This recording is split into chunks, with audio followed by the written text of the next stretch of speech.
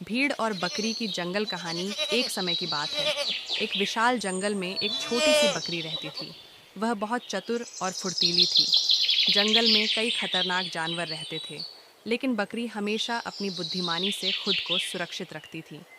भीड़ का आगमन एक दिन जंगल के एक कोने में एक भेड़ों का झुंड आई। वे बहुत बड़ी संख्या में थीं और पास के मैदान में चरने लगी।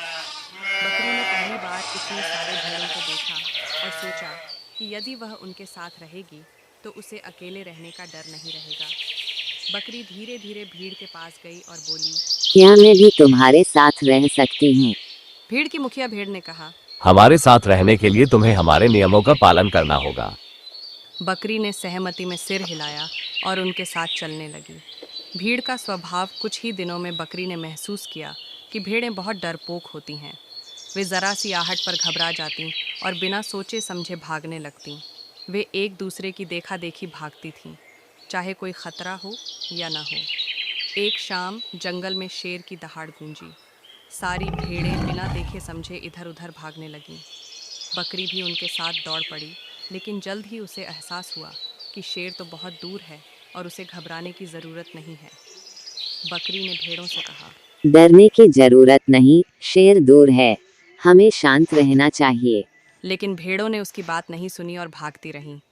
बकरी ने सोचा कि यदि वह भी इस झुंड का हिस्सा बनी रही तो किसी दिन बिना कारण के ही किसी बड़ी मुसीबत में पड़ जाएगी। बकरी का फैसला अगली सुबह बकरी ने निर्णय लिया कि वह भेड़ों के साथ नहीं रहेगी। उसने सोचा। भीड़ में रहना सुरक्षित लग सकता है, लेकिन बिना सोचे समझे किसी का अनुसरण करना मूर्खता है। वह चुपचाप वहाँ से निकल गई और अपने पुराने स्थान पर वापस चली गई। उसने सीखा कि भीड़ की अंधी नकल करने से बेहतर है कि हम अपनी बुद्धि का इस्तेमाल करें और सही निर्णय लें। शिक्षा इस कहानी से हमें यह सीख मिलती है कि बिना सोचे समझे भीड़ का अनुसरण करना खतरनाक हो सकता है। हमें हमेशा अपनी बुद्धि का उपयोग करना चाहिए और अपने फैसले स्वयं लेने चाहिए।